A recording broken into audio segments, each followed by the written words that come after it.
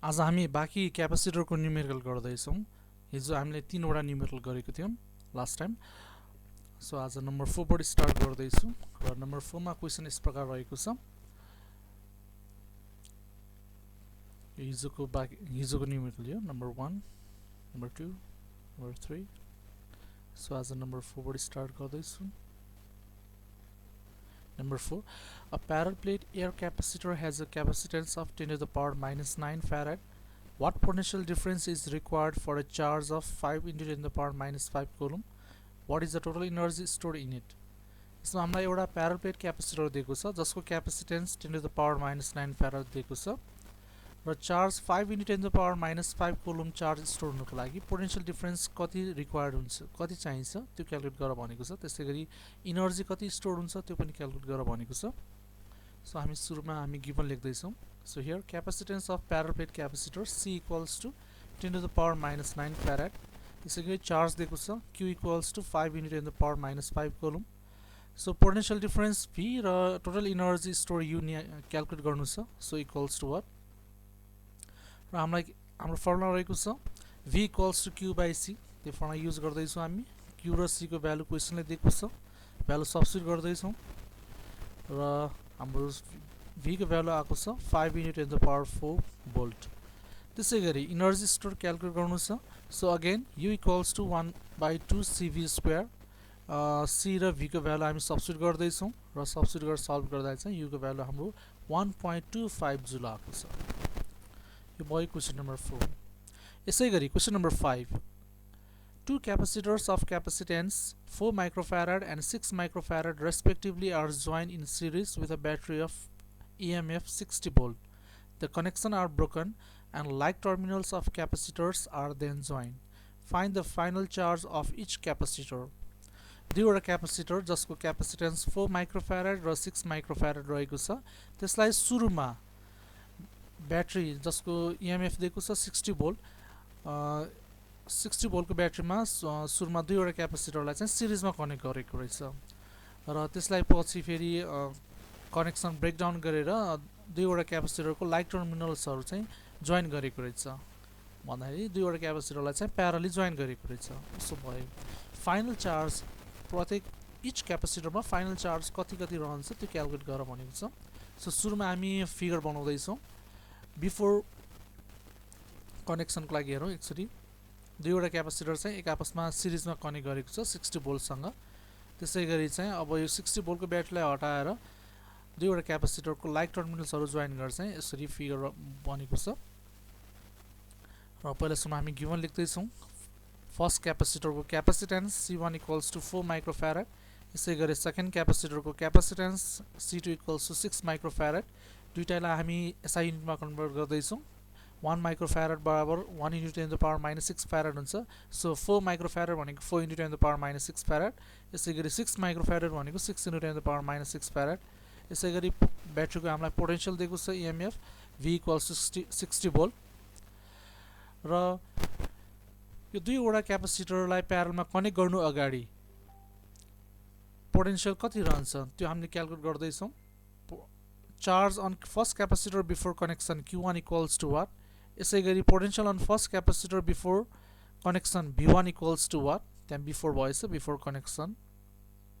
यसैगरी charge on second capacitor before Q2 equals to what.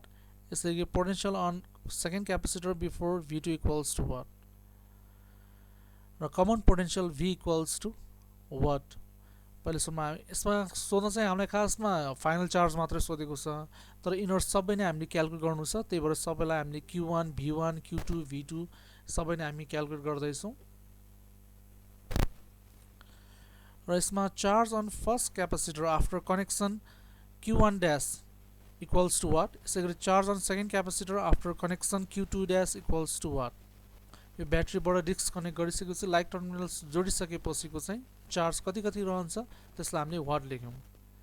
त्यसैगरी त्यो क्यापेसिटरहरू सिरिजमा कनेक्ट गरेको कारणले चाहिँ सुरुमा क्यापेसिटरहरू सिरिजमा कनेक्ट गरेको कारणले चाहिँ charge same amount of charge चाहिँ स्टोर भएर बस्छ। So since the capacitor are connected in series charge on first capacitor before connection equals to charge on capacitor before connection. So Q1 equals to Q2 हुन आउँछ so हामी सुरुमा equivalent क्यापेसिटेन्स निकाल्दै छौं 1/C equals to 1/C1 + 1/C2 हामी value substitute गर्दै छौं र भ्यालु यसरी सब्स्टिट्युट गर्दा चाहिँ C को भ्यालु आएको छ 24 × 10⁻⁻6 डिभाइडेड बाइ 10 त्यो भनेको 2.4 × 10⁻⁻6 फ्याराड यो भयो हाम्रो इक्विभ्यालेन्ट क्यापेसिटेन्स अब हामी चार्ज स्टोर कति हुन्छ त्यो निकाल्दै छौं so now Q equals to Q1 equals to Q2 equals to CEQ * V value substitute गरौँ Q इक्वल्स टु 2.4 × 10⁻⁻6 * 60 गर्दा चाहिँ Q को भ्यालु 1.44 × 10⁻⁻4 कोलम आएको छ अब हामी फर्स्ट क्यापेसिटरमा पोटेन्शियल कति हुन्छ त्यो हामी क्याल्कुलेट गर्दै छौं so V1 equals to Q/C1 value substitute गरेर सल्भ गरेर चाहिँ V1 को भ्यालु 36 भोल्ट आएको छ यसैगरी सेकेन्ड क्यापेसिटरको नि हामी पोटेन्शियल क्याल्कुलेट गर्दै छौं so V2 equals to Q/C2 value substitute गरौँ Q र C2 को भ्यालु सब्स्टिट्युट गरेर सल्भ गर्दा चाहिँ V2 को भ्यालु आएको छ 24 भोल्ट यसैगरी अब हामीले निकाल्नु छ common potential so common potential V equals to C1 V1 + C2 V2 divided by C1 + C2 त्यो C1 V1 भनेको Q1 नै हो त्यही भएर C1 V1 को ठाउँमा Q1 लेखौं त्यसैगरी C2 V2 भनेको Q2 सो भ्यालु सब्स्टिट्युट गरौँ यो कमन पोटेन्शियल भनेको के भन्दा चाहिँ चार्ज भनेको सधैँ हायर पोटेन्शियलबाट लोवर पोटेन्शियलतिर फ्लो हुन्छ कहिलेसम्म फ्लो हुन्छ भन्दा चाहिँ पोटेन्शियल सेम नभएसम्म फ्लो हुन्छ त्यही भएर चाहिँ त्यो सेम पोटेन्शियल अथवा कमन पोटेन्शियल चाहिँ हामीले क्याल्कुलेट गर्न खोज्दै छौं सो हामीले भ्यालु सब्स्टिट्युट गरेर सल्भ गरेर चाहिँ V भनेको चाहिँ 28.8 भोल्ट आएको छ अब यसपछि हामी charge on first capacitor after connection Q1 dash निकाल्दै छौं सो Q1 डैश भनेको C1 * V भनेको कमन पोटेन्शियल C1 र V को भ्यालु सब्स्टिट्युट गरौँ 4 × 10⁻⁻6 * 28.8 र यसलाई सल्भ गर्दा नि हाम्रो भ्यालु आउँछ 1.152 × 10⁻⁻4 कोलम त्यसैगरी charge on second capacitor after connection Q2 dash equals to C2 * V so Q2 dash equals to 6 × 10⁻⁻6 into 28.8 so Q2 dash equals to 1.728 × 10⁻⁻4 kolam यसरी हाम्रो Q1 dash र Q2 dash को भ्यालु आएको छ यसैगरी अर्को क्वेशन नम्बर 6 क्वेशन यस प्रकार रहेको छ two capacitor of capacitance 4 microfarad and 12 microfarad respectively are connected in series the combination is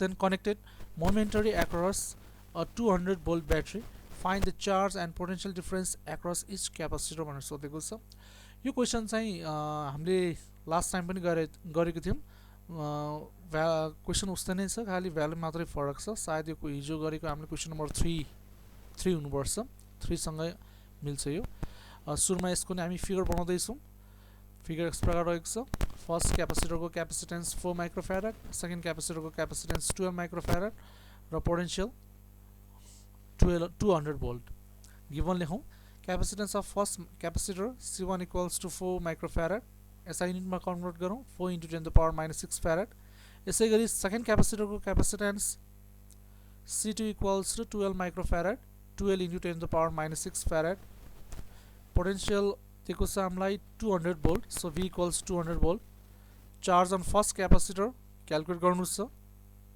त्यसैगरी potential on first capacitor V1 equals to what charge on second capacitor Q2 equals to what potential on second capacitor V2 equals to what र सुरुमा हामी equivalent क्यापेसिटेन्स calculate गर्दै छौं यसमा पनि दुईवटा capacitor सिरिजमा connect गरेको कारणले चाहिँ charge on first capacitor equals to charge on second capacitor हुन्छ so equivalent capacitance 1/CEQ equals to 1/C1 + 1/C2 किन भन्दा यो क्यापेसिटरहरु सिरिजमा कनेक्ट भएको छ सो भ्यालु सब्स्टिट्युट गरेर सल्भ गर्दा चाहिँ CEQ को भ्यालु आउँछ 48 × 10⁻⁻6 डिवाइडेड बाइ 16 त्यो भनेको 3 × 10⁻⁻6 फ्याराड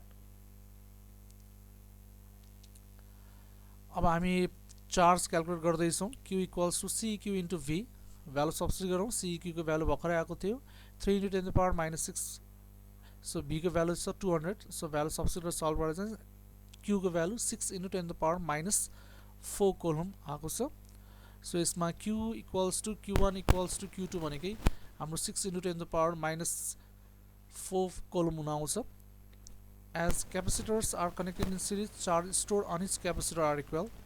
That is Q equals to Q1 equals to Q2 equals to 6 into 10 to the power minus 4 coulomb.